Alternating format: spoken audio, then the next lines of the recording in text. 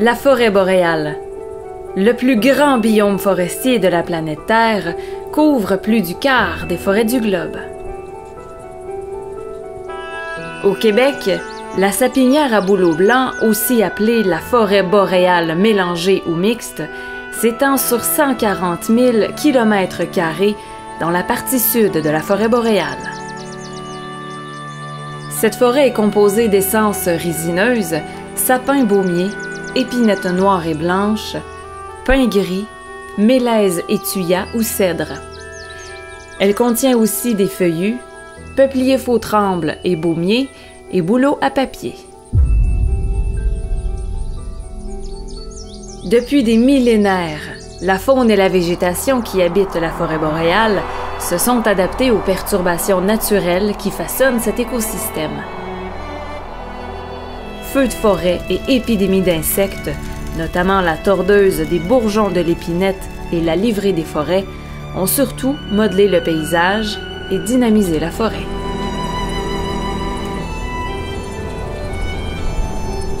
Située dans la MRC d'Abitibi-Ouest, la forêt d'enseignement et de recherche du lac du Parquet, ou la Ferld, est un bel exemple de la forêt boréale mélangée de l'Est du Canada. Moi, j'ai fait mes études doctorales ici, donc j'ai été étudiant à l'Université de Montréal. Et puis, il y avait de l'intérêt pour venir connaître un peu la distribution de la végétation, des peuplements forestiers, particulièrement en fonction de ce qu'on appelle le cadre écologique, c'est-à-dire les grands dépôts de surface, le drainage, un peu comprendre la mosaïque de la végétation.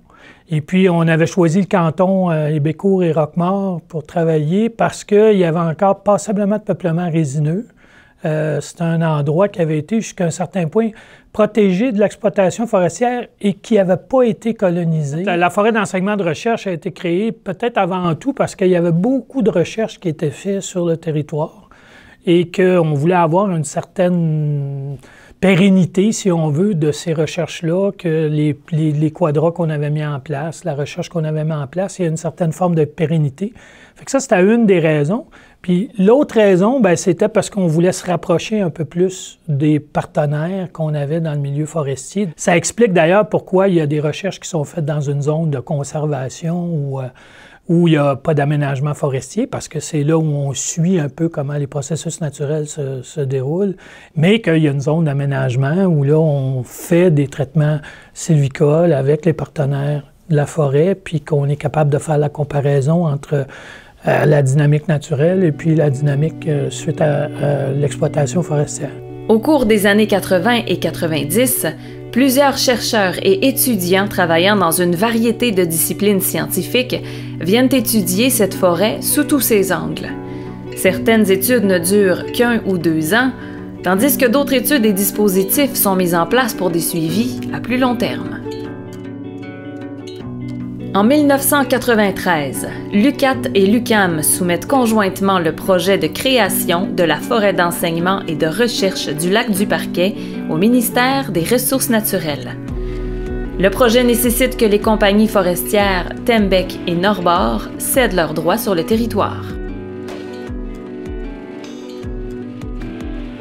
En 1995, un arrêté ministériel est signé pour permettre la création de la forêt d'enseignement et de recherche. C'est finalement en septembre que la Ferld est inaugurée. La forêt d'enseignement et de recherche du lac du Parquet est un lieu privilégié pour la recherche, l'expérimentation, la formation et les activités de démonstration en écologie et en sciences forestières.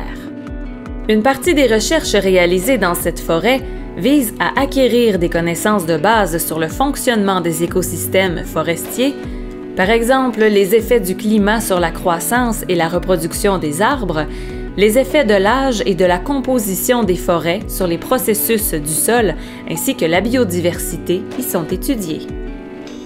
Mais la recherche appliquée à l'aménagement forestier est aussi une activité importante à la Ferld.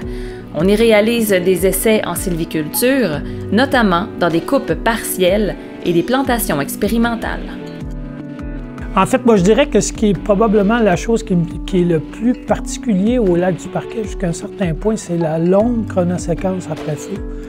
qu'on a pu avoir. Le lac, il y a eu beaucoup d'incendies forestiers dans les 200-300 dernières années autour. Il y en a moins aujourd'hui, bon, à cause des changements climatiques, mais beaucoup de ces feux-là sont venus s'éteindre sur le bord du lac du Parquet. Et ça nous a donné une longue chronoséquence, le plus vieux feu de 1717, et puis on a un feu récent en 1944. Fait que ça a été à la base de beaucoup de travaux parce que ça a permis de reconstituer l'évolution de la végétation. Chaque année, on y récolte en moyenne entre 7 et 8 000 tonnes de bois par coupe totale et partielle sur une 60aine d'hectares et on y plante 60 000 plants d'arbres. D'autres travaux sylvicoles comme la préparation de terrain, le dégagement mécanique des plantations et l'élagage d'arbres y sont aussi réalisés. C'est dans la zone d'aménagement que des essais testent de nouvelles pratiques sylvicoles, comme les coupes partielles et la rétention variable. C'est aussi dans cette zone que la sylviculture intensive, incluant des plantations mixtes et de la ligniculture, font l'objet de plusieurs études appliquées. Donc ici, on est dans la zone d'aménagement intensif de la forêt d'enseignement et de recherche. Et puis, on étudie des façons de cultiver la forêt, de cultiver les arbres pour qu'ils poussent plus vite. Certains projets de recherche d'envergure, comme celui sur la faune cavicole, sont réalisés dans les deux zones et sur un territoire avoisinant de la Feld. Ce projet-là consiste à étudier la faune qui utilise les arbres, des vieux arbres, des arbres qui montrent des signes de sénescence, puis même les arbres morts. Et ce qu'on peut dire simplement sur les arbres morts, c'est que ce sont des arbres souvent beaucoup plus vivants que lorsqu'ils sont vivants.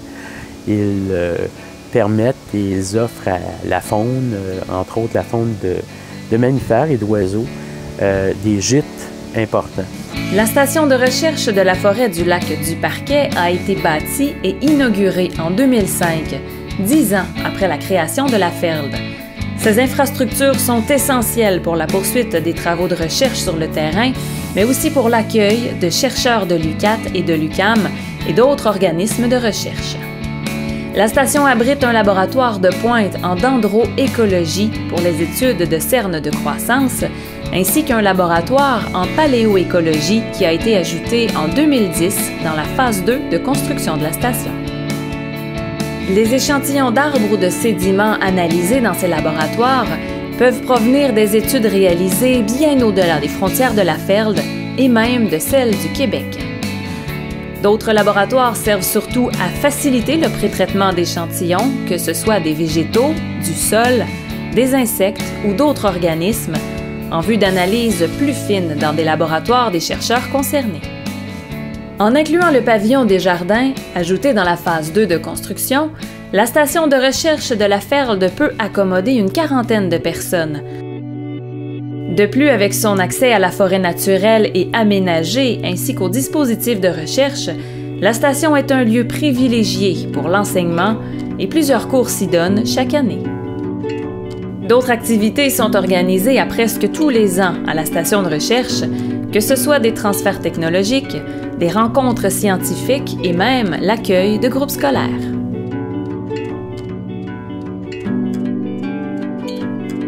La gestion de la forêt est encadrée par un comité composé de représentants de l'UQAT, l'UQAM, Tembec, Norbord et du ministère. Faisant partie de la forêt publique du Québec, la forêt d'enseignement et de recherche du lac du Parquet est ouverte et accessible au milieu. Quelques chalets ainsi qu'une trentaine de camps de chasse sont situés sur son territoire. Afin de favoriser l'utilisation récréative du territoire, le sentier d'interprétation du Balbuzard relié à la station de recherche, ainsi que les sentiers de randonnée des collines d'Hébécourt avec des vues panoramiques sur le territoire, y ont été aménagés. La forêt d'enseignement et de recherche représente un modèle, parmi d'autres, de forêt de proximité. Le concept de forêt de proximité permet concrètement de prendre en charge et d'aménager le territoire et ses ressources de façon concertée. C'est une approche qui vise à favoriser l'occupation, la vitalité et le développement durable d'un territoire. Nous considérons la forêt d'enseignement et de recherche du lac du Parquet comme un outil, un partenaire pour les futures forêts de proximité. La forêt, sa culture et son aménagement sont l'essence même de notre territoire. L'expertise et les connaissances issues de cette forêt font rayonner la MRC d'Abitibi-Ouest et ce, à travers le monde. Nous sommes fiers d'être partenaires et de soutenir la forêt d'enseignement et de recherche du lac du Parquet. L'avenir de la forêt boréale dépendra en partie de notre capacité d'anticiper des changements futurs. Des études réalisées à la forêt du lac du Parquet et à sa station de recherche visent à mieux comprendre le fonctionnement des écosystèmes forestiers et à tester des nouvelles approches pour intervenir. Ultimement, ces connaissances contribuent au développement d'une foresterie qui sera en mesure de s'adapter aux changements climatiques et à d'autres stress environnementaux. Et ceci tout en maintenant la biodiversité naturelle et l'ensemble des services écologiques de la forêt.